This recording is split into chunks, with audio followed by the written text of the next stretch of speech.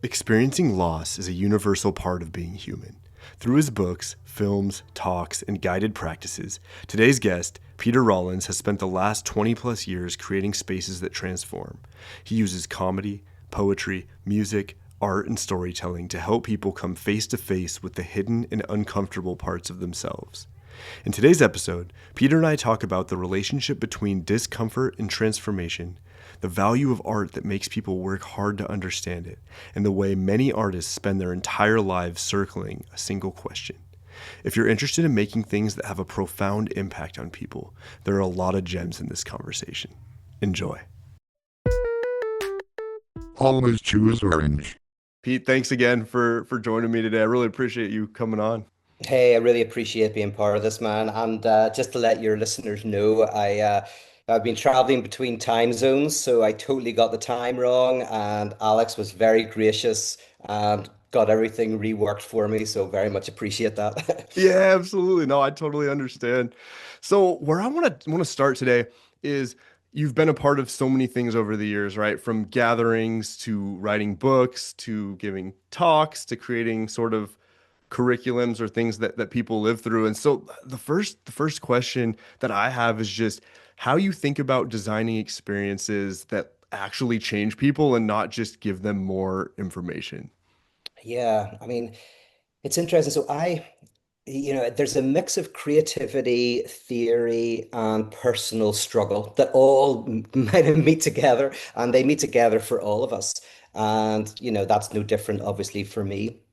Interestingly, just on a very personal note, I'm trained in psychoanalytic theory, but I also undergo psychoanalysis. And one of the things about undergoing psychoanalysis is you become very aware of how those three things interact, how the things that you just happen to do for, say, work, actually touch on very fundamental things about your childhood, your relationships with your siblings and your parents, and all of that stuff. And they're interwoven. So for me, of course, that's the case. And I guess a lot of my work, again, if I take them, I don't usually go personal, but I will go personal for this. It's been on my mind recently. I think that a lot of my work has been interested in the theme of coming to terms with loss. And my creative work is about that. I actually think that's universal. That's just not me. There's something about being human that involves fundamental loss. I mean, the very first one is you're at your mother's breast and eventually you have to be weaned. And that fundamental rupture where you move from basically private enjoyment to public symbolic enjoyment to being in the world, that marks us. And a lot of my work in various ways, in films, in liturgies, in book writing, in talks, has been exploring how do we tarry with that experience and not try and avoid it or ignore it or overcome it, which are all the strategies we do, right? Avoidance is drinking and partying and whatever, finding a relationship, it's something that will fulfill us, keeping ourselves busy so that we don't ever have to face it. All these different strategies, blaming other people and thinking it's contingent that, oh, if only other people didn't exist, then I'd be happy. My work has been how do we mourn this loss? How do we endure it? And then ultimately, how do we enjoy it? So that sounds very abstract. We can get more concrete if you want, but I'll start with that marks my work. And by the way, it's very similar to Søren Kierkegaard. I've been reading him again recently, and he was a melancholic. And melancholics are people who are very attached to a loss. Mhm. Something like maybe it'd be a lost sibling, a lost parent, a lost relationship. But there's almost the melancholic doesn't let go of the loss. Weirdly, it's like how do you keep make loss an object? But that's what the melancholic does. They hold on to loss.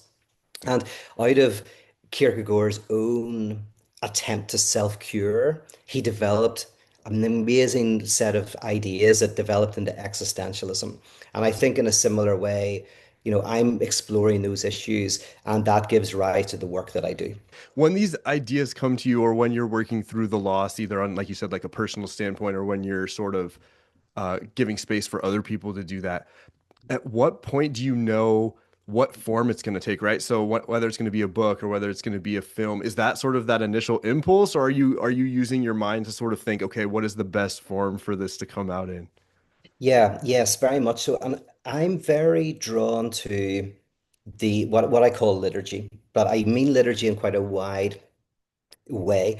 And almost a way into what I mean is that in order to do this work, we need music, we need art, we need comedy, we need poetry. It's very difficult for us to symbolize these deep parts of ourselves. And they generally arise in what's called affect in psychoanalysis. So there's affect and there's emotion. And people often don't know the difference because they're kind of touching on the same thing and it can be confusing. But one way of thinking about it is affect is when you suddenly maybe start crying and you have no reason, no understanding why. You don't know why. Or you feel angry, an explosion of anger, and you again have no understanding of it. An intensity of feeling erupts within you and you can't symbolize it. And then emotion is really when you have uh, chewed that affect and kind of like dissolved it into the symbolic. So you can say, I am sad because of X. I am angry because of Y. I am happy because of Z. So what I'm interested in is liturgy as a way of turning affect into emotion. That we need great musicians and great comedians and great speakers who, in a way, articulate something that is deep within us that we haven't been able to speak. And as they articulate it, we can interject that. We take it in. And an example I use is, if you go to a bar, an Irish bar, and there's there's a musician in the corner, and they're singing about how they lost their one true beloved to consumption, they'll never love again, or whatever, right? In one sense, you don't want to hear a sad song like that. It's like, why would you? Why not just go to a nightclub and listen to pop music and try if you've just gone through a breakup, go to a nightclub, have a dance, get drunk, forget about it. Why would you want to go to an Irish pub, have a drink, listen to some sad git who's had troubles just like yours? But the idea is that actually in the nightclub, that doesn't help you symbolize the loss. And so you have to go back again and again and again and get drunk again and again, and it becomes an addiction. But when that singer-songwriter articulates your own suffering, it eases it. And in fact it allows you to enjoy it. You're literally singing along with the singer-songwriter. Maybe you maybe like in Ireland, often people bring their instruments and they play along what's called kind of like trad sessions. And you turn the suffering, the darkness into something beautiful. But it's not getting rid of it. It's not like, it's somehow overcoming it. It's somehow allowing space for that to breathe. And so that's my work. And I'm always going like, what environments can I create? Whether it's a short film or a documentary or a space, which I'm really interested. I'm primarily interested in creating what I call liturgies, like where you go for an hour and are surrounded by music and art and poetry and ritual in such a way that you can begin to um, work through that dimension of existence. Part of that, like what comes along with that is like engineering discomfort, I feel like. So I'm super curious about how you think about, well, and again, with the purpose of opening space for transformation, not just discomfort for the sake of discomfort, Yes, obviously. yes. Not, But I'm not that sadistic. Yeah, exactly, that's yeah, right. yeah. Yeah. So like when you think about something like that, like, okay, in order for people to really turn the affect into emotion, like there's a level of discomfort to that. So like, how do you think about like when you need to destabilize or like place people in a position where they need to face those things or versus like reassure, like where's sort of the balance there in your opinion? Yeah, I mean, I was literally meeting with a group last night and we were, discussing setting something up in LA, and this question came up in various forms. And it would be wrong of me to try to give an easy answer to that. It's always tempting for me to do it, genuinely, and I want to throw out some platitudes. But uh, it's risky. It's inherently risky. In psychoanalysis, for example, It was funny in my analysis. I was in it for like 3 years, and at one point I was kind of getting frustrated, and my analyst would, never said very much, but she said one th interesting thing when I was getting frustrated. She said, you're very impatient." And because analysts say so few things, the few things they say really hit. And I thought it was so funny. I mean, I laughed because I'm going like, I've been in this for years, and like I'm kind of trying to wrestle through things and go like, I'm being impatient. My goodness. But it's true that these things are so deep that it's a life work. It's always a becoming, never a being. You're always becoming, you're always wrestling. And uh, so there's a certain sense in which I try to remind myself to not to push too far, too hard, to create spaces that you come back to time and time again. Like one of the things I like about the form of church is just that you go every week and that you go every week and it's like, and there's divorces and there's deaths and there's marriages and there's all this life around this thing, but you go every week and you engage in a liturgical thing. Now, I'm just like that form in the sense of I go, well, this is a life work.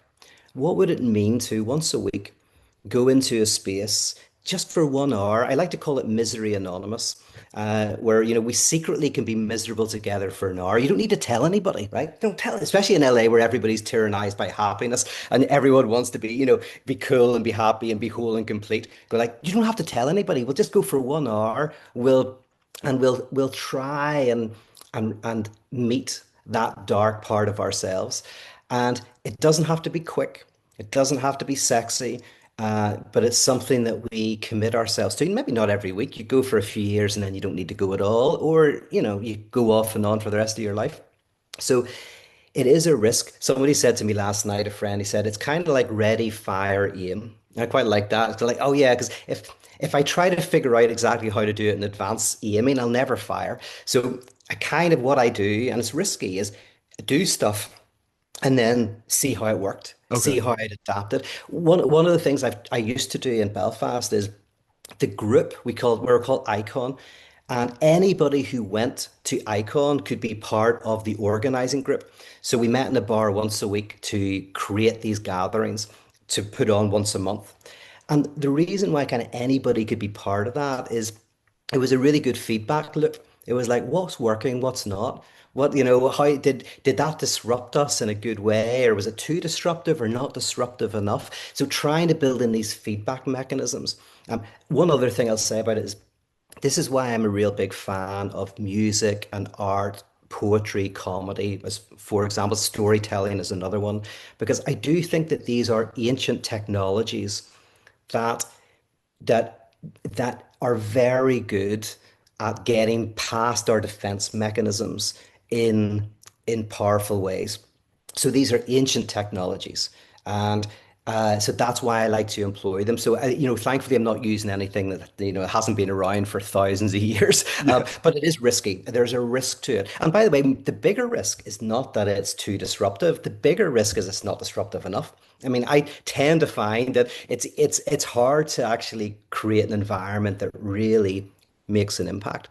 I'll use one example, by the way, of Burning Man is interesting because Burning Man, I would say, was set up by a melancholic. So the story that I know of Burning Man, which is very minimal, is that a guy had a breakup and he couldn't get over it. So that's a melancholia. You can tell it's probably something from his childhood, but for whatever reason, he was so attached to the loss he couldn't give it up. Now that's different from depression. Depression is where maybe a breakup happens and your desire just goes. You're not attached to the loss so much as you just don't care about anything.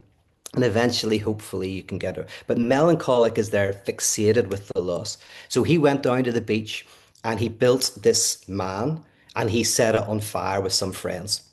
And this ritual kind of helped him begin to loosen the power of the melancholic hold. So I think he did it again and he did it again. And now it's Burning Man. And a woman last night was telling me that she was there recently and she went to the temple. And she said, in the temple, people write stuff and they put it in the temple. And she says, people are mourning, they're weeping, they're crying. And then they burn the temple. It goes up in flames. So the work of mourning, I go, that's brilliant. That like works. That's so difficult to do. More often than not, if I put on an event, it doesn't hit hard enough. So yeah, so it's hitting that sweet spot, and it requires a feedback loop.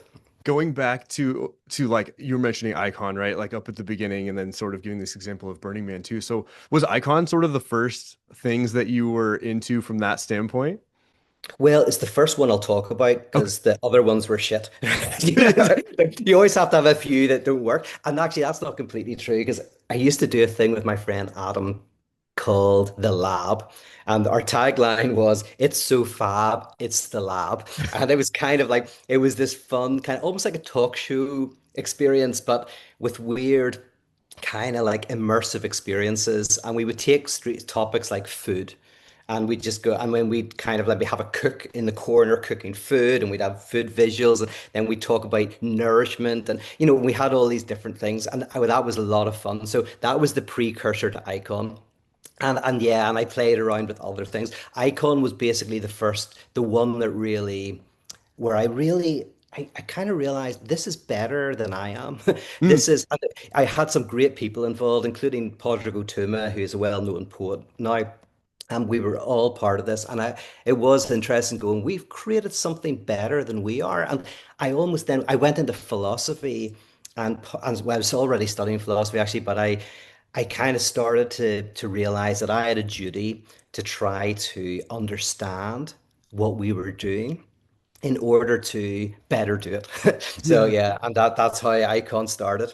Yeah. Okay. Okay. Yeah, that was one of the first like I've never went to it obviously, but like because I'm in the States and stuff. But that was sort of my first introduction to you was that talk you gave on the DVD that Rob Bell did, where you came to Mars Hill. I think it was like 2008, and you were talking about Ah, Icon, yeah. and you were talking about the I think the Second Coming one that you guys did.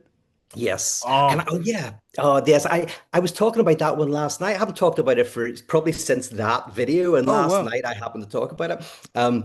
Yeah. Can I say what it is? And Yep, because I'd love to absolutely. reflect Please do. Yeah. because I can probably reflect on it better now than I did in 2008.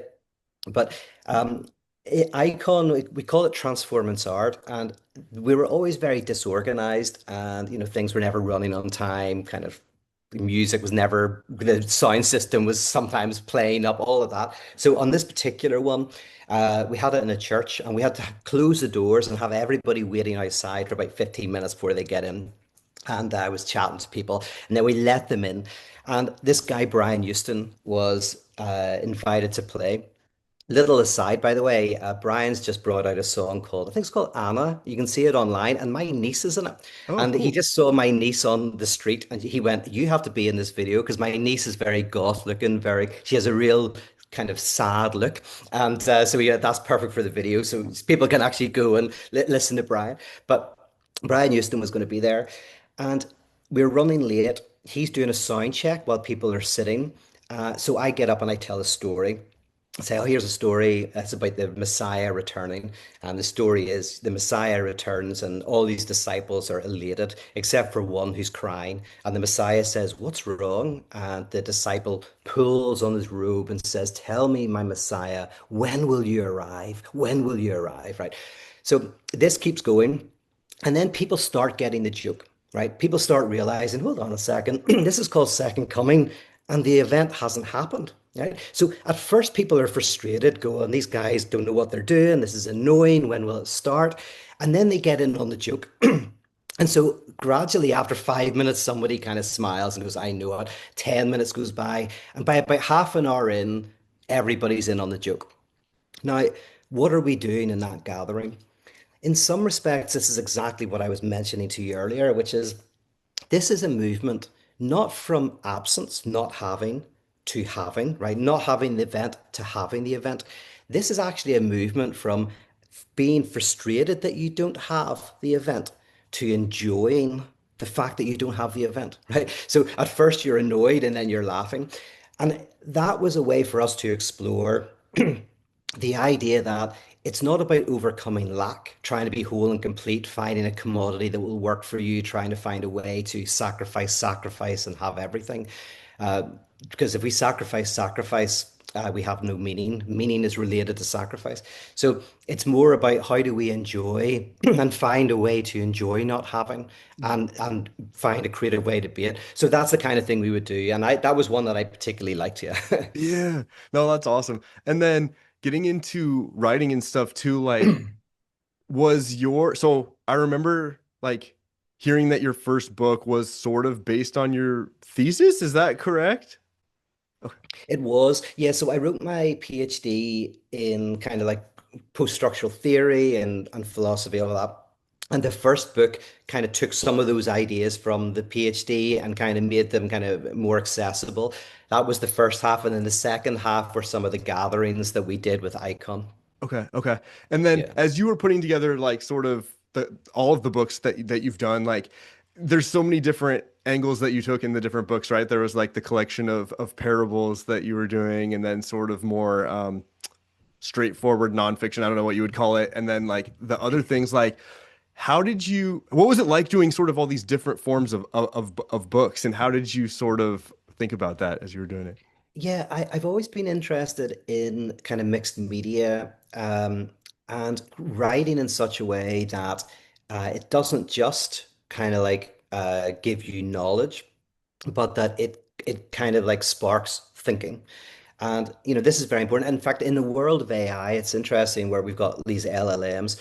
Um, we can play around with various things that LLMs can't do. Like they can't not answer a question, which is important.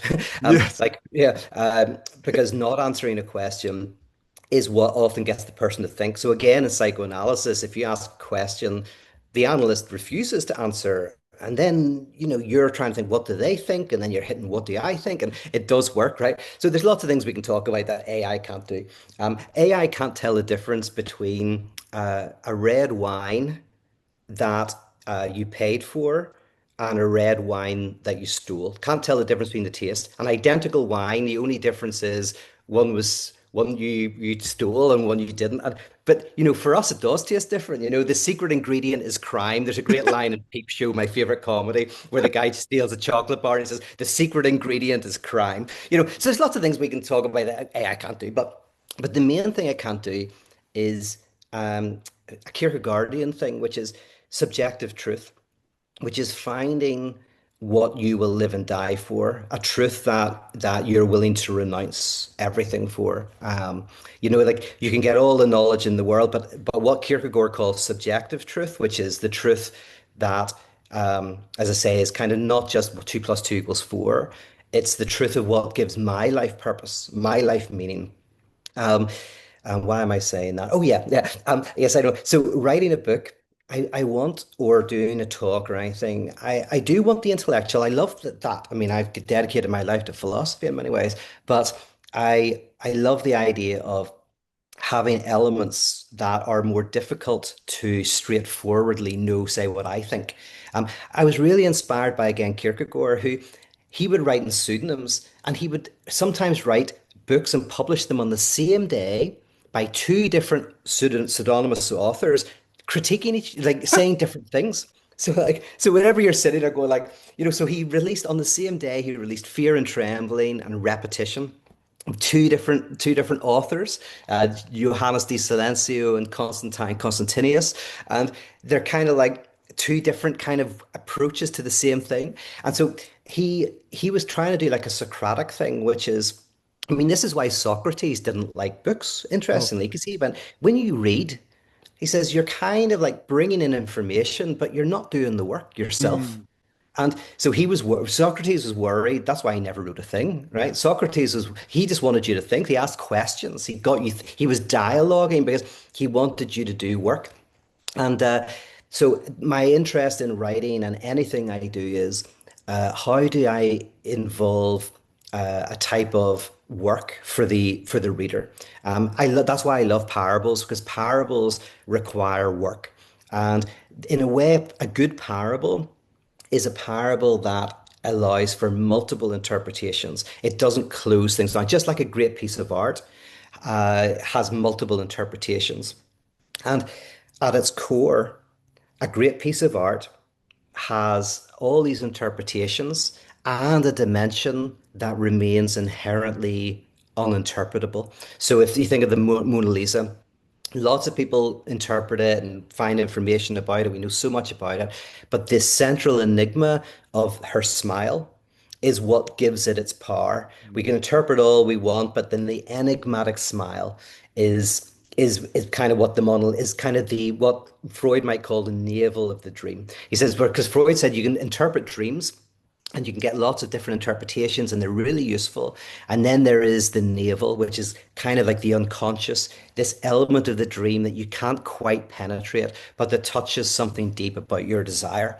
So anyway, yeah, so I'm interested always in kind of like creating a little bit of work for the people who engage in this stuff. And I really like, man, there's so many places to jump off of from there. But like I want to like sit a little bit on that idea of work, both for the person experiencing the things that we're making, but also for ourselves, because like part of I think the beauty and creativity is like the transformation that we experience when we make something.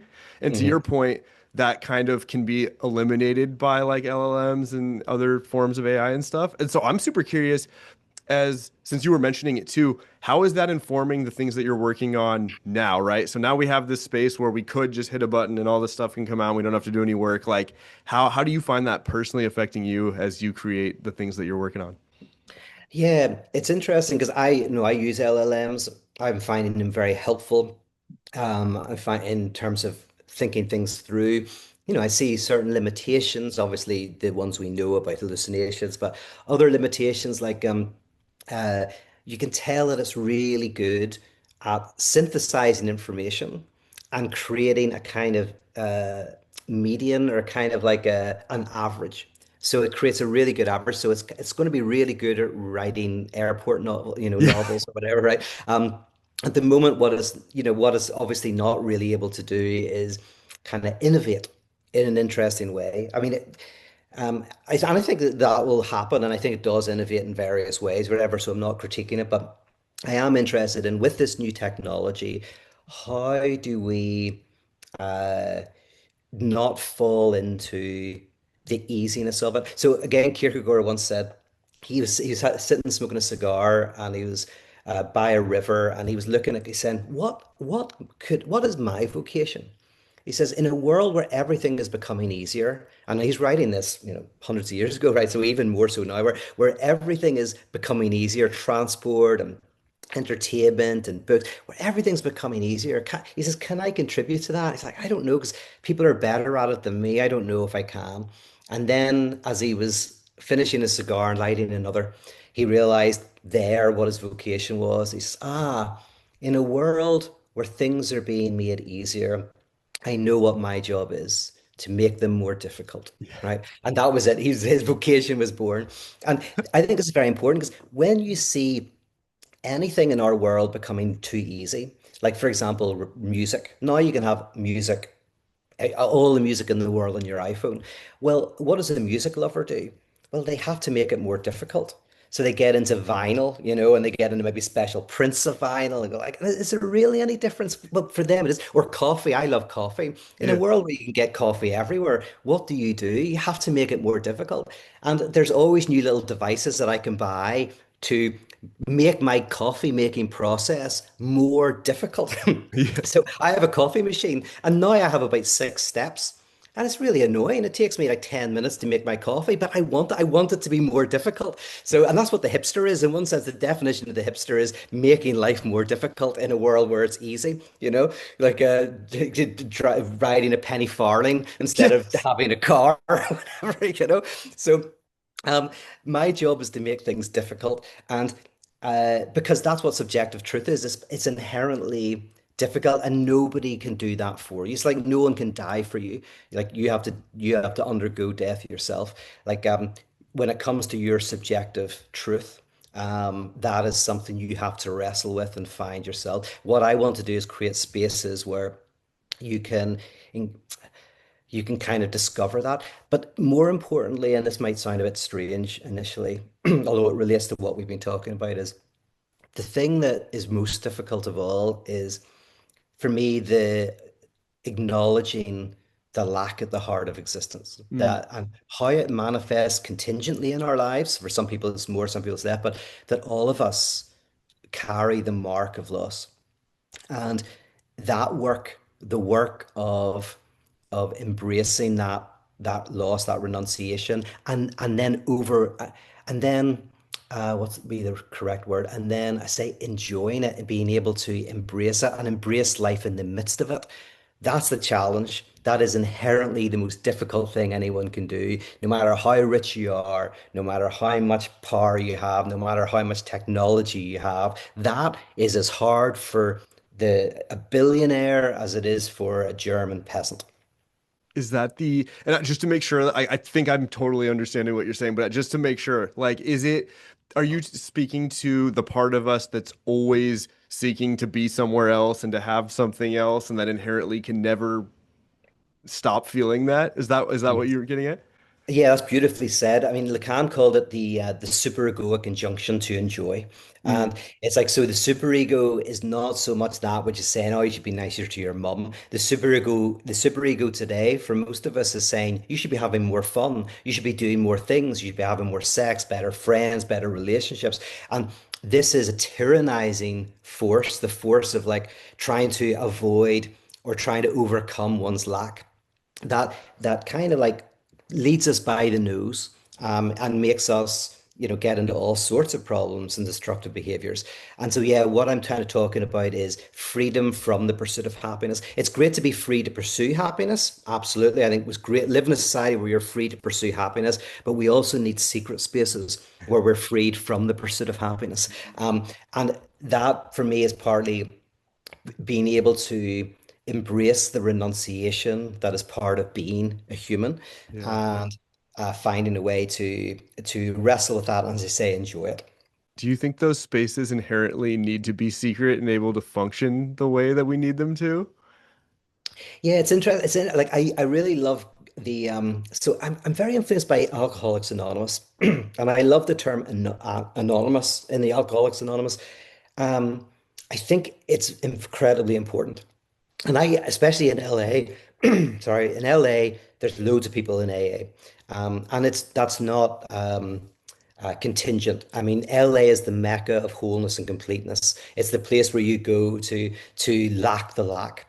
And so it also seems to be the mecca for Alcoholics Anonymous because alcoholism is one of the ways that you avoid a confrontation with your lack. You drink yourself stupid. And so AA is massive here because, of course, eventually that stops working and it causes more destruction and whatever. So why Anonymous? Why Alcoholics Anonymous? And I do think it's like because there are people, lots of us do this, who wear our wounds like a trophy. And when we do that, it becomes, I can understand why people do it, but it becomes a way of like, oh, I have all of these wounds and here they are. And it's kind of like it's another way, weirdly, of finding status and enjoyment in the world. I Mm, think there's something powerful about going, no, no, no, we're all wounded. There is a universality to that. But the spaces where we really share that are kind of secret spaces, little spaces in basements of churches and little or basement of a bar or wherever it is, where we go and we acknowledge and admit our lack to each other as a gift, and then we leave that place and we act in the world. I mean, think of it like this. When I look at people working in the world, like, building site, and I see hundreds of these guys who are building a building. Well, I know each of them has a story and a suffering. I know each of them is carrying stuff. And you go like, how did they get up every day and build this building? How does society keep going? But it's partly because you don't wear your wounds all the time. Nobody wants that. That's too right. much. Um, you need a desert in the oasis of life where you express that, and then that hopefully allows you to interact in a better way in the world and to enjoy and to have laugh and have fun. But it's that secret space. So there is something about secrecy, anonymity, that is important. Now, it's of course not secret as in we don't tell anybody, but it's going like it's kind of misery anonymous. We go, oh, if you want to be unhappy with this, right, we'll tell you where to meet. It's in this really shitty place. It's got bad coffee and bad donuts, and we all admit to our lack. That's the work of love. And on that, by the way, we think of love, and this is not wrong. There's lots of different types of love. There's psychological love, where you meet somebody who either is like you or maybe is different from you in a way that complements you, that the things that you're weak on, they're strong on, and you like a person. There's also love that is a little bit more, what would be the word? Pragmatic, like maybe arranged marriages and stuff, where you kind of two people get together to solidify different relationships. But there's another type of love which is not psychological. And this is a type of what I call structural love. And this is where you're in a room, and I create these groups where you're in a room, and for 1 hour, I admit, just like AA, I go, my name is Peter and I lack. And everybody who wants to says the same thing. And then we just discuss it. And somebody might say what that means to them that week. And in that moment, they share with me their vulnerability. And I share with them my vulnerability. For me, that is the work of love. Might not like the person. I might hate the person. I might hate their politics. I might hate their whatever about them. I just might think they're really annoying. But in that moment, I am loving them. Not psychologically, not materially. I am structurally loving them. And I think that creates something powerful. But it's like, as I say, you're not going to want to hang out with them day to day. But can you sit for 1 hour and share the gift of each other's vulnerability? And of course, I think that does impact how you interact with them outside. But still, that's by the by. Yeah, it's interesting because I think that oftentimes, at least I find myself falling into that, thinking that love always has to be psychological. Even when you hear it talked about in a spiritual sense, it's so easy to be like, oh, I have to feel this thing in order to show someone love. But if I'm hearing that right, it's like, well, no, there's a structural way just by creating the space and by listening, regardless of what's going on in here, like that does Yes. something. Yeah. Absolutely. And this is a very key. Most people outside of the world of psychoanalysis and psychology maybe don't know this, or even the psychology don't know this, but there's a difference between psychology and psychoanalysis. In psychology, there's an idea of a self, and it's kind of, your consciousness, your ego, yourself, you got that sense. In psychoanalysis, there's an idea of the subject, and the subject isn't in your psyche, it's not in your brain, and it's not in your mind. It's in language. Mm. And and and it's kind of strange to kind of understand at first, but in psychoanalysis proper, um, basically the subject is an effect of being a speaking subject. And it's not something psychological. And so in the same way, love for me is this type of love that we're talking about is not psychological. It's not in the mind. It's not in the brain. It's an effect of how we communicate with each other. So we sit in this room and we share, as I say, our lack. That is a type of love.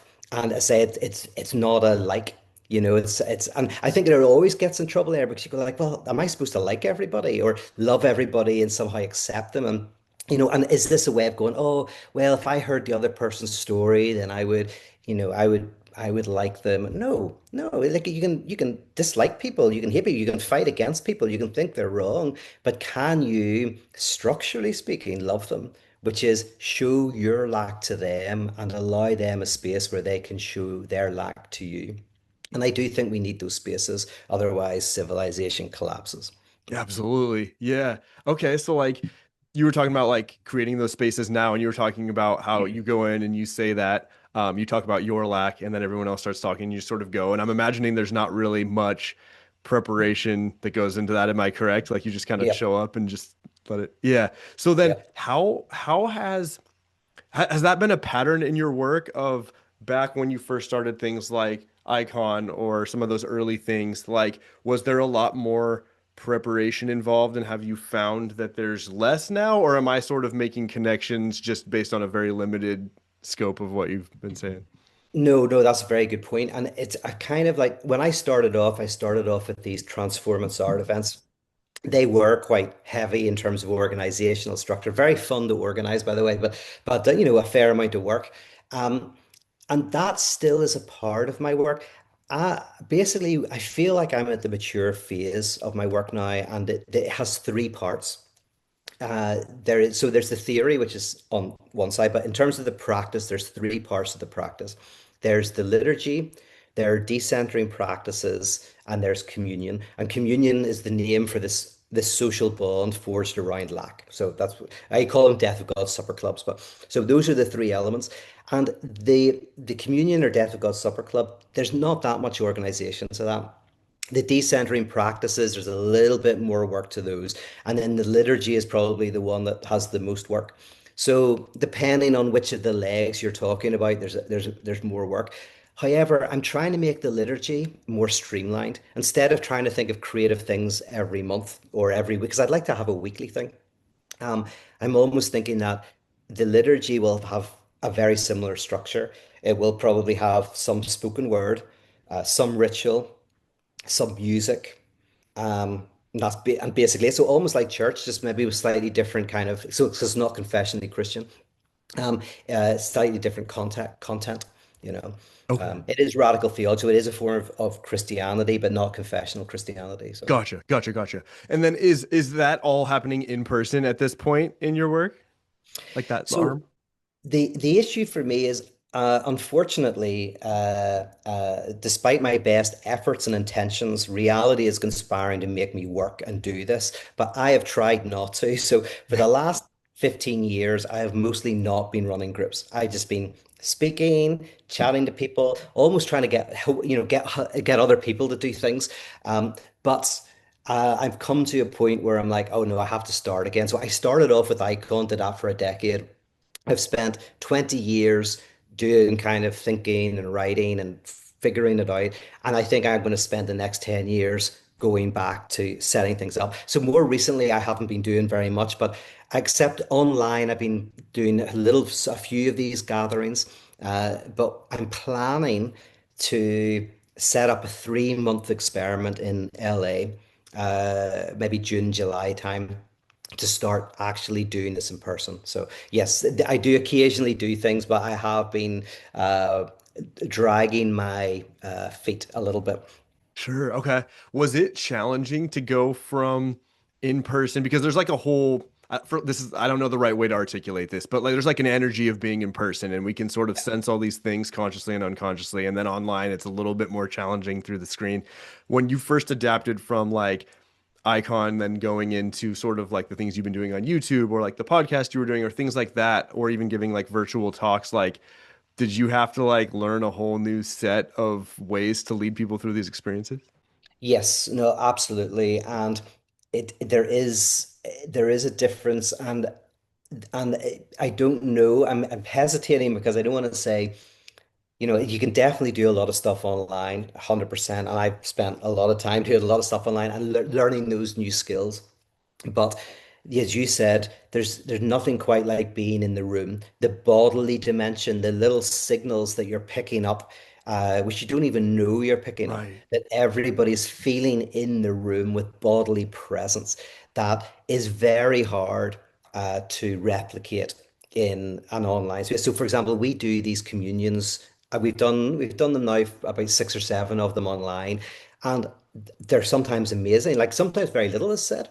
And sometimes an amazing cover. Somebody says something and it so touches you, and it really kind of like you really come away really having deep care for that person.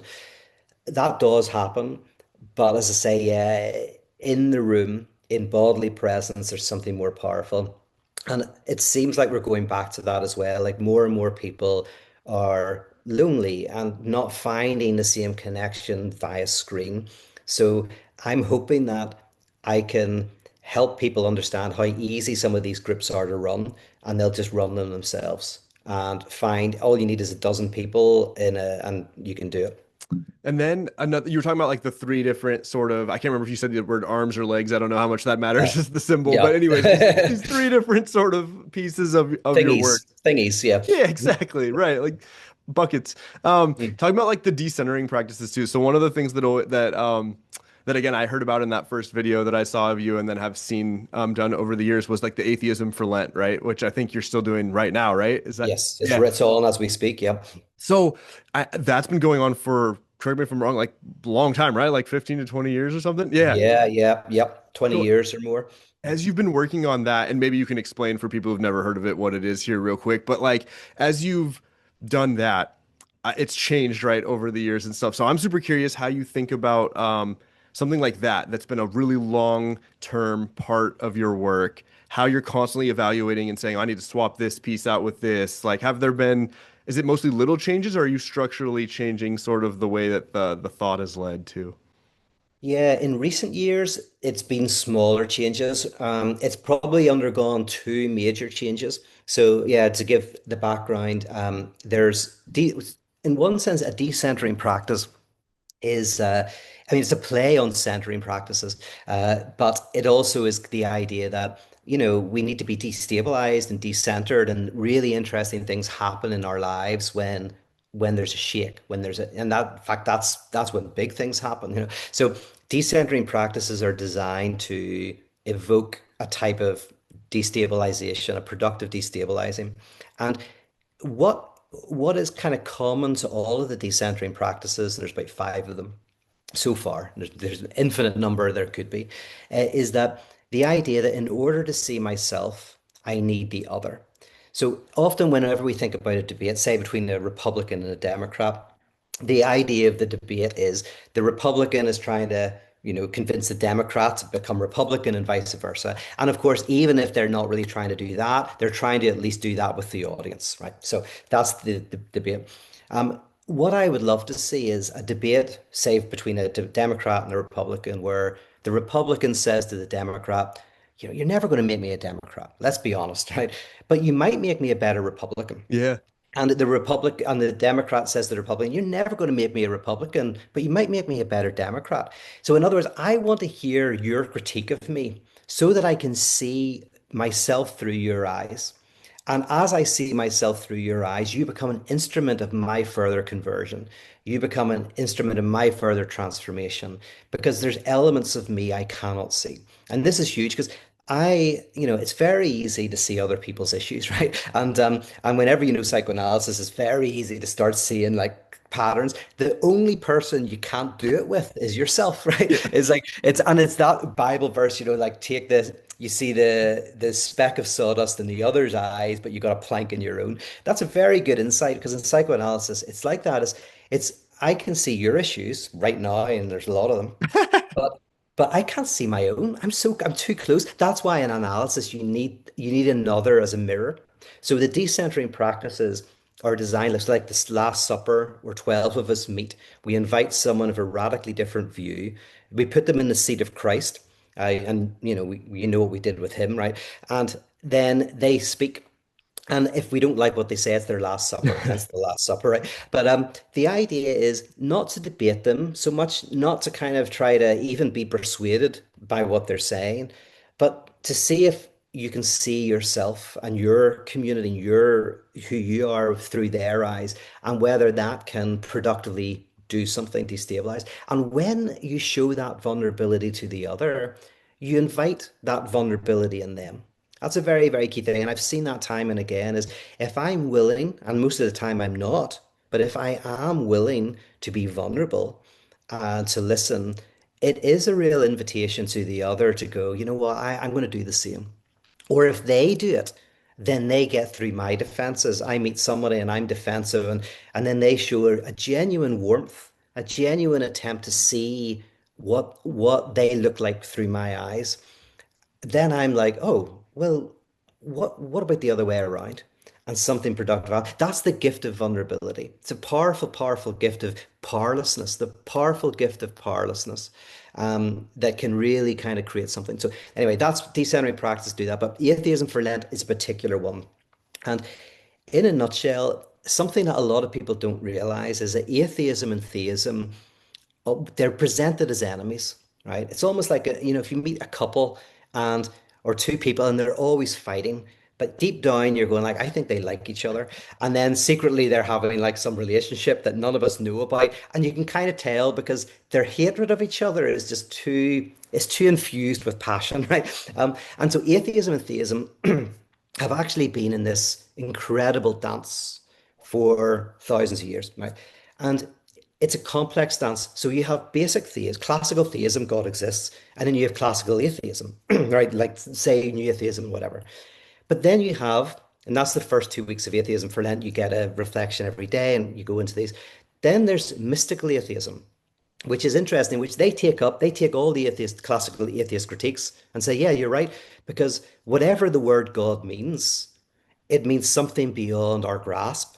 So every concept of God is an idol. Therefore, every time we say God, we have to be an atheist to that understanding of God, right? So there's that type of thing. And then there's a type of functionalist atheism, which is kind of like where some thinkers, they don't disprove God, they just go, I'm just interested in how God functions.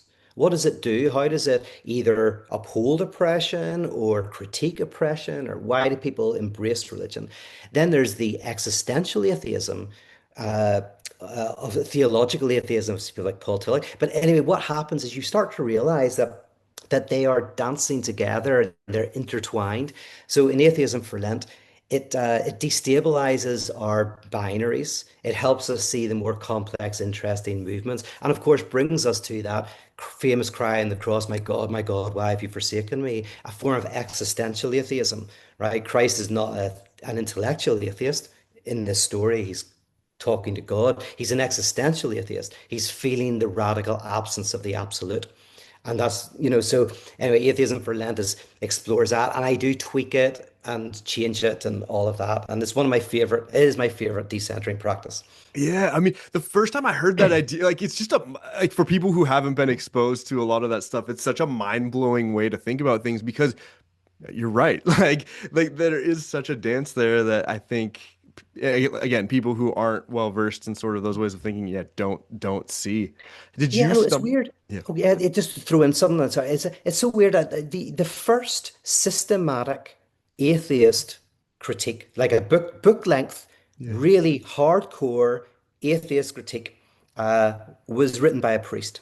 Okay. Right. Yeah, who it was written by a priest who, if, as a was a lifelong priest, loved his parishioners, stood up for them against the powerful, gave his money to the poor. This priest called Jean Meslier, and when he died, they discovered a book that he'd been writing all his life called Testament, and it is a hardcore critique of religion and God. But even in that classical atheism, it's more complicated then because this is a lifelong great priest. So already, even within classical atheism, the relationship's much more interesting. And most people haven't even heard of Jean Meslier. Anyway, so I wanted to just mention that. No, I love that. Yeah, no, and that actually kind of advanced or answered the question I was about to ask in advance before I even Okay. asked it. So I think you're the question being like, did you stumble across that particular flow? Like you were mentioning, the atheism for Lent starts a certain way, right, with certain patterns of thought and systems, and then it sort of leads you intentionally through these responses to each other. Did you discover that just through your own research, like reading these works, or like how did you even come up with the initial structure of it? Yeah, well, it's interesting because so the thing that I'm fascinated by is what could be called that which is otherwise than being, right? Now, this is interesting. So, religion has always been interested in what is other than the material world. Now, there's lots of different ways to conceptualize that. Um, Sorry, I got a bit of a cold. A lot of different ways to conceptualize that. But religion, in various forms, is saying that, oh, there's something we cannot name. There's what we can conceive and experience, and then there is an otherwise than that, right? And so spirituality, religion, in various ways is interested in that concept. The first kind of the most basic definition of God within theology and philosophy is probably the classical definition is found in Anselm. And Anselm's definition of God is basically God is the name for that which cannot be named. Right? We use the signifier God to signify something that is beyond signification. This is very key in continental philosophy. It's actually one of the differences between continental philosophy and analytic philosophy. Analytic philosophy thinks that nothing is nothing, whereas continental philosophy thinks that nothing is something. Okay. So yeah, that just because we cannot speak of something doesn't mean it's not something we can't tarry with. So, for example, Jean-Paul Sartre says, if you're waiting in a cafe for someone that you love who's late, they're absent from everybody but in the cafe, but you're the only one who feels it. It's a felt absence. Or there's a difference between not talking to your partner and not talking to them, right? There's different textures of nothingness. Anyway, the So I've always been interested in this idea of a signifier that signifies what cannot be signified, and that there's lots of different names for that. The unconscious in psychoanalysis, there's wave particle duality in physics, but there's something that cannot be named, but that exists, that insists, that doesn't exist, but that insists. Hmm. And so atheism for Lent. So in other words, religion and atheism have always been intertwined, because as soon as you have that idea, you have to go with the mystics to some extent and say, oh, then every time you nominate, you name, you have to denominate, you have to dename. Right? So someone like Jean-Luc Marion's very good on this. And churches are called denominations, to denominate, to dename. Anyway, Oh, I didn't know that. so No way. well, that's not the reason. I'm actually, Oh, it's funny that's what they're called, but actually, that's what denomination means, to yeah. denominate, to dename. So, it's funny in psychoanalysis. You're always interested not in what people mean, but what they say, right? Yes. So, like those signs that people would hold up in America during the elections, love trumps hate. What they meant is, love is better than hate. We think Trump hates whatever, but read it literally. Like, do some people love Trump's hate? Like, is this something that animates you, that gets you going, that gives you purpose, right? Is it getting you up in the morning? Right? Are you consuming lots of information? Like, are you libidinally invested? So the analyst is always looking for the literal interpretation. That's why analysts are so annoying, because well, I didn't mean that. I don't care what you meant. This is what you said. I didn't mean my mother. I meant somebody else. Yeah, but you said your mother. Which, by the way, is very key. This is the difference between signifiers and signifieds. So a signifier is, say, a word, signifier, and a signified is what it means. So I say tree, the word tree, and then I think of this object in a forest. But and everybody is in everyday life, we're more interested in what you mean than what you say, right? Obviously, you might misspeak, but I'm interested in what you mean, not what you say. But in analysis, you're more interested in the signifier than the signified. What that means, it's interesting. This is very, very key. Well, I'll say it in terms of religion. What binds together, say, Christians is not signification, but the signifiers. They have signifiers like the fall, crucifixion, resurrection, redemption, salvation, right? They've got these signifiers. But if you look at the history of the church, the signification is radically different. And even in the present moment, and if you look at what a reformation is where the signifiers get a radically different meaning, but the signifiers remain. So the signifiers remain and the signification is different. Mm. And that's what joins the community, the shared set of signifiers, not the shared signification. And why was I saying that? What were we talking about? Oh Um, man, let's see. Uh, we were going I, down. I was asking you how you initially structured oh, atheism for atheism for Lent, and we Lent. were sort of going down a path. Yeah. Sorry, yes, I go No, off no, in I lots love of it. different paths, but I will bring it back like a pro. So the interestingly, oh yeah, with atheism for that, or with Christianity, or uh, with um, with this idea of something that you cannot grasp. There's something that our signifiers are always missing. And that's kind of like central to the religious thing. So that's always been key. However, to connect precisely to atheism for Lent, there was actually a quite conservative Christian philosopher called Merrill Westphal. He's very good. He wrote a book called Suspicion and Faith. And he used Freud, Marx, Nietzsche, and Feuerbach, I think were the thinkers, uh, as Lenten readings for precisely this reason, where he said, like, if religion is always trying to break free of idolatry, and if idolatry is thinking that you can name God, you can name this thing, you can grasp this dimension of this enigmatic dimension, right? That's idolatry. And in order to overcome idolatry, we should read the greatest critics of theism. And so he read them as Lenten spiritual readings. And so that's kind of where Atheism for Lent started. We started just by reading that book together, and then I created a whole structure to show the relationship between atheism and theism, and um, and ultimately to show that kind of classical atheism isn't atheistic enough. That a lot of classical atheism you don't intellectually believe in God. You stop intellectually believing in God, but you still potentially believe in purpose and meaning, and you get on with life. What I'm interested is in existential atheism, where you experience the radical, unknowing doubt, complexity of existence, and I think that's much more in line with religion. Mm. So, say in Christianity, if you identify with Christ on the cross, you experience existential atheism, the death of God. The death of God is a central idea within Christianity, which is the death of meaning. And Nietzsche grasped this deeply. And for Nietzsche, uh, he critiqued kind of the atheists of the day because it was too easy. He said, when you lose the absolute hold and footing of your existence, you tumble into absolute nothing. You go into the dark night of the soul. You enter the cloud of unknowing, and you have to find a way to live in that radical unknowing. And that is a profoundly religious idea. So suddenly they're all interconnected in weird and strange ways. So yeah.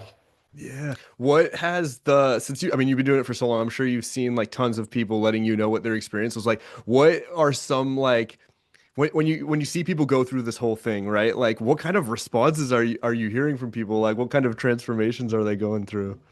Yeah, it's very interesting because you often hear the paradoxical idea that that people who are kind of in the verge of kind of forgetting about religious ideas entirely, whatever, that when they go into this interesting kind of back and forth in theism and atheism, they actually come out with a renewed sense of, well, I'll say it like this. I Yeah. mean, it's hard to, dialectics is interesting. So it's a dialectic move. And in dialectics, the movement is you have an affirmation, say you believe in God, then you have a negation, which is God, you don't believe in God. Then you have what's called a negation of negation, which is where you don't not believe in God, right? And that sounds like weird, but think about it like classical theism. I believe in God, and we look at Aquinas and others. And then we have classical, don't believe in God. We look at people like Fleu and others. And then, but then we have the mystics, where they're like, we don't not believe in God. Like, so when Meister Eckhart says, I pray God rid me of God, this is a very interesting bringing together of theism and atheism in this redoubled negation. And the thing about dialectics is it's a movement in which you always choose the worse. Hmm. So, for example, if you're got a choice between happiness and sadness, we all want to choose happiness, but dialectics says now you go into the sadness, right? But then why? Well, because once you go into the sadness breaks into something that feels like happiness. It's different. But so, in other words, in psychoanalysis, the analyst isn't someone like a positive thinker who goes like, "Oh, just look in the mirror and say you're brilliant, you're wonderful. Don't think about the dark things. Don't go into that bad space." No, you don't want to do that, right? No, the analyst, you go there and you go, "There is a trapdoor with monsters, and I'm trying to close the door." Well, the analyst opens the door and pushes you in. Why? Is it because they're sadistic? No, right? Maybe, but also because they go like, you got to go into the darkness to bleed the light. So in dialectics, is this if there's a wide path and a narrow path, you take the narrow path. If it's a path between life and death, you take death. If it's between happiness and sadness, you take the sadness. Between light and dark, you take the dark. But because when you go into the dark, you find the light. So that's the movement, and I see that time and again in practice. It's theoretically sound, but it's also practically the truth. When people go into their radical doubt and unknowing, they find themselves with a type of certainty and confidence that they didn't have before. But it's only when you go into the radical negation. So atheism for Lent is this path in which, and we go like, we're going to do it together, but we're going to go into a radical unknowing and darkness and I don't want to promise anything, but Yeah. because then becomes economic and it doesn't work. You just have to go into the darkness. But there is a sense in which, hey, if you want to find life, unknowingly, you have to go into the death. Yeah. So, and yeah, anyway, so practically speaking, I see time and time again that experience where as people finally allow themselves to embrace doubt, unknowing, complexity, and ambiguity, to make space for their unhappiness, to symbolize the darkness, they're able to go, I can't quite articulate why, but I feel lighter. The Yeah. yoke is light. Death has been robbed of its sting. I find that I can affirm life. What, if it's not under wraps, what are you currently working on now and like interested in sort of like noodling around in your head? Is it these the communion groups, or is there like other things too that you're working on? Yeah, so communion, the old Death of God supper clubs, that is the latest and I think final leg of the thing. So that's the one I've been kind of working on, kind of getting that in place. The thing that I think I feel bad because I pushed myself into doing this. I've kind of pushed myself into saying that the next project is doing something for at least a couple of months in LA, where I show all three of these in practice and live stream it so that people can see it and maybe want to kind of take some of these ideas and do it for themselves. So that's the next project. I'm kind of basically I'm setting up a trap for older Pete. So future Pete is going to hate present Pete because I'm basically forcing future Pete to set up some groups by even saying here right now that it's going to happen. So hopefully by June or July, I'm going to have these in person in LA. I'm hoping some people will fly in for one or two of them, people who have been following my work for a while, who'll volunteer to help. But also, it will all be recorded. So my hope is that people will take these ideas and, say, try them in their own environments. Cool. Okay. Awesome. What circling back to the creativity just piece of things, right? Because I consider like a lot of your work not only like this philosophical, psychoanalytical, all these different things, but also it's art, you know? And I'm super curious, like, well, I shouldn't put that on you necessarily. Like, number one, I guess, do you see what you do as like art in a sense? And then if so, like what do you feel like just in the current times are some important things for people to keep in mind, I guess, as they make art? That's kind of a vague, heavy question, but I'll just throw it out there and we'll see what happens. Yes, no, that's great. Yeah, so I'll describe the type of art that I do. And this actually, I might want to say that lies at the heart of all genuine art, but I will hold back from saying that because I need to think it through a little bit more. But my intuition is I could make a defense of this, but basically, what happens there for, let's say, for melancholic souls, right? And I'm a little bit melancholic, or I have been, is that you replay the loss in various ways theatrically. Interestingly, like if to use a sexual example, our sexual fantasies are often replaying of fundamental struggles in our lives. So we theatrically replay powerlessness and power and feeling humility and humiliation, or there's lots of sexual fantasies of watching the other. Like it's like almost like the Oedipal triangle, the mother and father, and you're excluded. There's lots of things going on. But what you're doing is you're kind of doing art. I see sexual fantasy as Mm, the creation of art. We're all artists in our sexuality, right? And I think artists are a bit like that. What they create is repetitions of their suffering mm, in a material form. Just like it's a weird example to say that sexual fantasies are art creations, but actually, I think they are how we theatrically, materially reenact our sufferings mm, in a way that kind of overcomes, even if just for a moment, libidinally invests, makes them into victories. We turn the suffering into something beautiful, mm. or in something sexual. Yeah. So in a similar way, I think artists are doing that with their artwork. And that's the motivation for me is these liturgies that I create. In some respects, they are the material manifestation and sublimation of some of the universal suffering that we all experience. And the hope is, like any artist, that this thing that I've created will help others touch that dimension in their own life. Right. So I created out of my own suffering.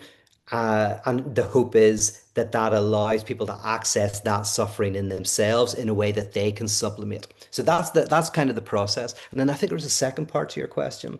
Oh yeah.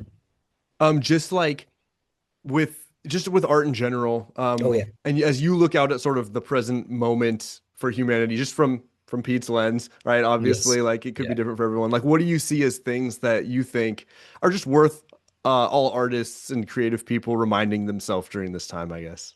Yeah, no, that's a great question because, and this relates. Again, I'll hold back from trying to make too many connections, but one of the difficulties, I'm very critical at the moment of community. Mm, So uh, now we all have communities. Communities are universal. We all need them. And I define a community. I mean, this is how communities defined, right? Shared values, beliefs, practices, obstacles, and or enemies. And so the obstacles and enemies are important. So you always have to have something you're trying to overcome. That's what joins us together. We're an enemy. If both of us hate somebody, then it kind of really unifies us, right? But also we have something that we share in common. We like the same sport, or we like the same, we like to read books or whatever it is. So that's community. Um, Community always has to be balanced with what's called the commons. The commons are spaces where you encounter difference. mm, It's where you encounter people who are not just different from you, but that so they don't just disagree with you, they disagree with you about what the disagreement is about. And that's what makes a disagreement intractable. Because if we just disagree about something, that means there's a universal standard we can appeal to. But real difference, intractable difference, is you don't just disagree, you disagree about the very coordinates of the disagreement. And in the commons, you rub shoulders with those people, whether you want to or not. They're parks, they're public spaces, they're libraries, they're a Greyhound bus, whatever it is. There's places where you rub shoulders potentially with someone that you would hate and despise, and that helps society. The commons is needed, right? Now, over recent years, the commons has been eroded for a variety of reasons. One, for example, that nobody could help was COVID. mm. That in COVID, the commons was shut down, right? Precisely for a variety of reasons. Yeah. But then we started just hanging out with people who are the same as us, and that muscle of how to encounter radical otherness and what to do with that, and how to navigate the toxicity of that, the horror of it, the risk of it. We became weaker at that. And for one, say this happened to me. So much so that people started to not even be able to go home to hang out with that uncle that they radically dislike. Because things like Thanksgiving were a type of commons within the family where you had to maybe have a meal with that person that you despise, right? So those spaces became dangerous. Now, so there's the commons. What I'm interested in is the third space. This is the dialectic again. So there's the community. The negation of community is the commons, and the negation of negation is communion. Mm. Communion is a social bond that is forged around shared difference. So the commons isn't a social bond, it's just where Right. you bump into people. Relationships can start, but it's not about a social bond as such. Communion is a social bond forged, and AA is an example of a communion. Because in AA, you're not joined together by a shared political view, shared beliefs, or anything like that. You're joined by a shared solution to the wound of your existence, alcoholism. So you go in, and the problem is not external, as in community, it's internal. You say, I have the problem. My name is Peter. I'm an alcoholic. I have a problem. I'm not blaming anybody else. I'm going to take stock of my responsibility in the world. So you're internalizing the lack. You're not scapegoating it, you're internalizing it, you're symbolizing it in a collective of which everyone is in the same boat. If I think if civilization is to continue, and probably it won't, because we've got a lot of very sophisticated weapons to destroy ourselves, etc. But it's what we require is not just communities, but the commons and communions. And I would love to see artists exploring the dangers, the toxicity, the risks of encountering radical otherness, and not. I think propaganda art is art that is within a community for a community. It's not wrong as such, but it's more ideological. What I think art at its best can do is it touches some sort of universal dimension that we all share that's Yeah. not to do with a particular community, but it's not a positivity. It's not something, positive we all share in common, or skin color or gender or anything like that. It's negativity. It's that we're all wounded by being. So I would love to see, and I think great art always touches on that, but we need that more than ever. Yeah. Well, and what's so powerful about that too, I think, not only like you give the example of COVID, which I think was a really powerful example of all those shutdowns, but also like the way algorithms work on social media is it's either showing you, your whole little group, or it's showing you the complete polarized like other Yeah, the thing, and worst there's example of the opposite. Yeah. So it either shows you said it perfectly. It's either your own little group, or when you see the other, it's the other who's an idiot. It's like yes, all these videos that I love as well. They're so libidinally invested, where your team wipes out the other. Oh, X destroys Y. And it doesn't matter what X is, but we all want to like instead of giving us, oh, here's a really reasoned, intelligent, smart version of what you don't think. Like, why, when is the algorithm ever given me that? Because that's not as I'm not libidinally invested in it. Yeah, yeah, absolutely. that's interesting. So is part of that then, so like is do you think there's value in people, or do you do this for yourself? It like go out and like purposely seek out thinkers, like when you're interacting with like a text maybe, or like film and stuff. Is there, would you say there's value for people in going out and purposely being like, okay, like what are some like, and I guess that's kind of what Atheism for Lent does, but like, seeking out critiques on purpose, or seeking out sort of the more reasoned middle ground between things. Yeah, I mean, I think it's a really good muscle to exercise. Um, and it's really hard. I know in myself that I find it hard to go out into the world and even just meet people and chat and have conversation because and I'm old now, I'm thinking about the younger generation where it feels like the only appropriate way to encounter someone is through an app. Say dating, for example, Yeah. through an app. Now, the funny thing about dating apps is I think one of the fundamental problems with them is that they throw us together with the same. So people go like, well, here's my political views, here's my, here's so no X, Y, or Z, right? I see a lot in dating apps, you go like, so basically what you're doing is you're trying to find the same. And Mhm. that's so natural for us to do.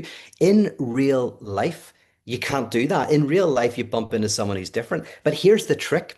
If love is connected with otherness, and I would argue it is. I have to give a reason for that, but that there's a love that comes from literally encountering the enigmatic difference of the other, the neighborly dimension of the other, the das Ding of the other, then apps are really bad at that because they just throw you into not the other, but the same. What is the same? What is it that you're looking for that's basically a reflection of your beliefs, your values, your ideals? Things like true love, true romance, things like Romeo and Juliet is all about two people from radically different families who shouldn't be together. And that's what makes it so intense. Like love is when you encounter someone and go, I hate everything about you. I hate your political views. I hate your religious and cultural views. I think you're an asshole. And damn, I'm attracted to you. This is annoying. That's love. I would love to see an app that would do that. That would maybe says 1 in 10 times we will throw you against someone who we think that you have nothing in common with. Uh, you know, but it's really hard to do. So I understand for everybody, and especially younger people, it's really hard to go out into the world, into the commons, and start a conversation. It's so much easier, for example, to, join OnlyFans, where everything's contractually allowed, so there's no danger. It's so much more dangerous to start conversations in the wild. And I know that. And I don't know what the answer is. And even just meeting people and having good conversations in a coffee shop, very clever people, and I know a few of them actually who are starting to do this, will figure out ways to help that happen again because we need it. Otherwise, we'll stop reproducing. We'll Yeah. stop. And we already see it in very advanced societies. Birth rates are dropping. People are more and more isolated. More and more monads in existence. But that needs to change. Sorry, I'm waffling here, but I just enjoy these conversations. I Yeah. hope that's okay. Absolutely. No, I love it. I'm interested in it too. No, it's Yeah. super good. Um, as we get closer to wrapping up here, I want to talk a little bit about influences and stuff. So you were talking about like diving into Kierkegaard again and stuff, and I'm just curious, like, it doesn't have to be your like top favorite things or whatever, but I'm curious if there's anything that comes to your head that people who enjoyed this conversation might want to look into more, whether it's some works by Kierkegaard or whether it's anything else. And it could be anything, could be philosophy, could be a movie that you like, whatever. I'm just curious about certain things that have either influenced you throughout your time making things, or just stuff that you're finding yourself drawn to lately. Yeah, no, that's a great question. And if people enjoyed this conversation and this level of conversation, a thinker that I think he is brilliant is Todd McGowan. Todd McGowan, he has a podcast with podcast host Ryan Engley called Why Theory, but he also has a YouTube channel which is really good, and his books are brilliant. He's a lovely guy as well. There's a wonderful book by Richard Boothby, who's a lovely man as well, called Embracing I think it's called Embracing the Void. And it's a beautiful book. And but those thinkers would be interesting to look at. Say Todd McGowan, he's good because he's got these videos as well. You can kind of see lots of stuff online. Um, the Slavoj Žižek is always very, very interesting. It's funny you mentioned movies because I would actually like to recommend some movies, but nothing is coming to mind. Oh And as yeah. soon as we turn this off, something will come to mind that I think is like really profound and powerful. But yeah. So there's a couple of thinkers, and there's plenty. And if people want to find my stuff, there's loads of free stuff online, loads of stuff on YouTube and podcasts and whatnot that people can listen to. Do you have angles of your work that you find yourself recommending as like, I'm using air quotes, like easier entry points, or is it kind of just whatever people feel a tug towards? It's so difficult. I've been asking people see if I can find anyone who'll volunteer to do this, right? To kind of find a good entry point because now there's so much stuff out there, and I don't know where the best place to start is. Sometimes, but like in philosophy, sometimes people go, especially obsessive types, they go, "Where should I start?" And there's sometimes good place to start, but technically it's like just start anywhere. Yeah. Jump in because wherever you start, they're influenced by somebody. And you go, oh, maybe I need to read them before I read them. And then you start looking at them, go, oh, but before I read them, I have to read them. And you kind of go like, God, I'll never start. So sometimes it's like you just jump in. I do want to find, I'll find someone I know, a friend or something who'll maybe help me figure out some of my podcasts and talks that are good starting points. And I've done a few introductory video sets, but ultimately, yeah, it's fun. Jump in wherever you want because at the end of the day, it's like a rhizome, or it's like the internet, all these nodes that are connected in a chaotic way. And your best thing is just jump in on any node and just follow wherever you want to go. And you'll find your feet. That actually brought up another question as I was just thinking. So like from, the early days of you making stuff to now, like what are some, this is probably a super huge question, but whatever, it's too late. I can't go back now. What are some ways that you feel like your thought or perspective has evolved? Yeah, okay, that's very good. And the way I describe it is I feel like I've never gone out of the stream that I'm in. I've just gone deeper and deeper into it. However, as you go deeper and deeper in, fundamental shifts happen. So, for example, kind of like became interested in the mystics and this idea of the there's an unspeakable reality that we are named by but cannot name or whatever. That eventually, as I pushed it further and further, um, I became interested in the idea that, oh, that unspeakable reality is, well, I'll put it like this. I'll say it like this. It's like there's epistemological unknowing where you go, I don't know. I don't know the answer. And there's like individual epistemological unknowing. I don't know. Somebody might know. Then there's like strong epistemological unknowing where you go, yeah, there's a dimension of reality that is unnameable.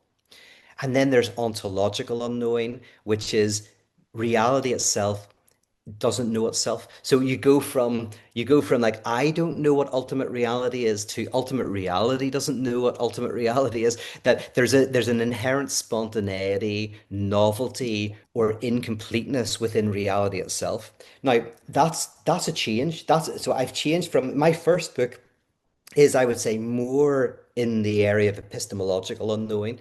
And as I pushed deeper and deeper into that, I came to embrace ontological unknowing. Um, that, in one sense, is a radical change, but I think actually it just kind of unfolds.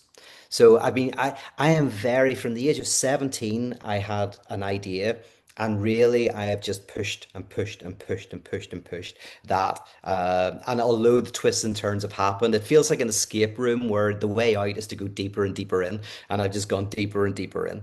Yeah, Yeah. would you say that that's from what you observe in other people? And again, I know this may not be an answerable question, but do you feel like that's common with artists? Like as you look out on other people, like whether it's there's a film director you like or another author or a thinker, like do you feel like that's a universal experience or?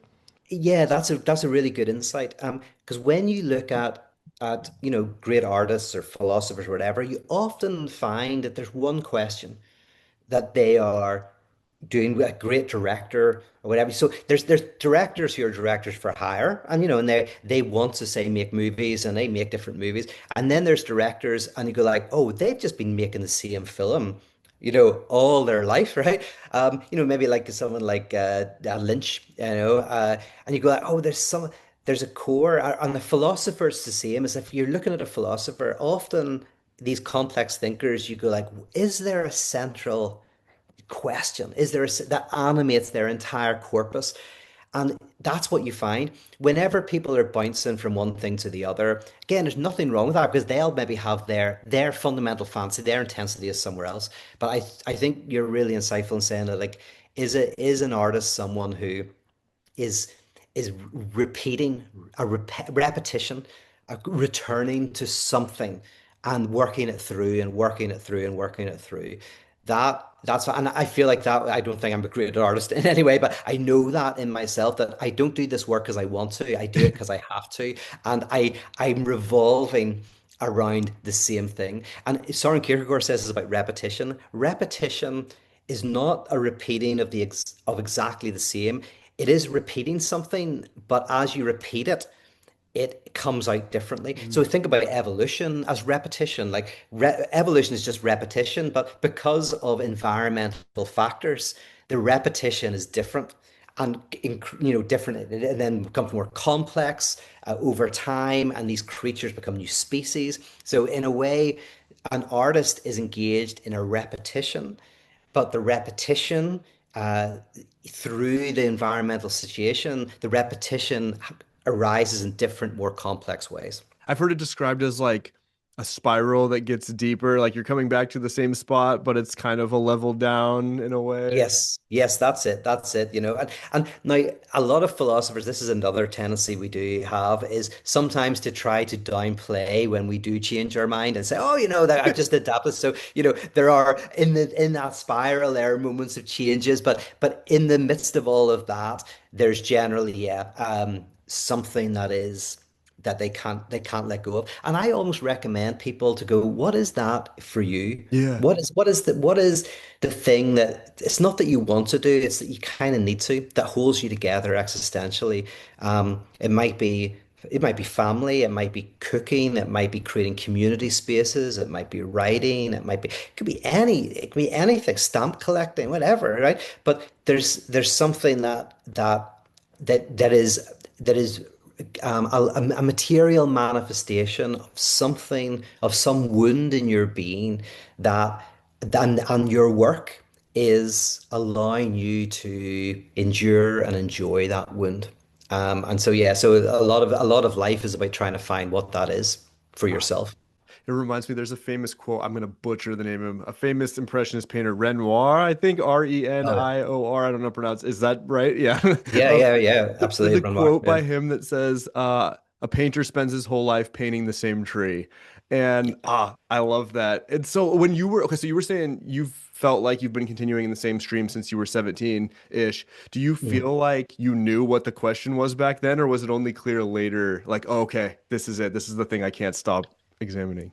Yeah, two things on that. One is it only started to become clear later, and then two, it only started to become clear later that it was deeply connected with my own childhood, with my own upbringing, my own wounds. And now I'm not a relativist, so in one sense, for me, our individual wounds touch a universal truth. Right. And again, don't have time to argue why I think that, but without showing the working out, I would argue that we touch the universal, the truth, through our singularity. And that's so even last night, a friend of mine, Maggie Rowe, great writer, great comedian, she said to me she was at an event, and she did these storytelling events, and often the storytelling events were places where people kind of told funny and embarrassing stories, which is wonderful, and that helps you laugh at your own embarrassments, right? But she said often really there's a little bragging in them, right?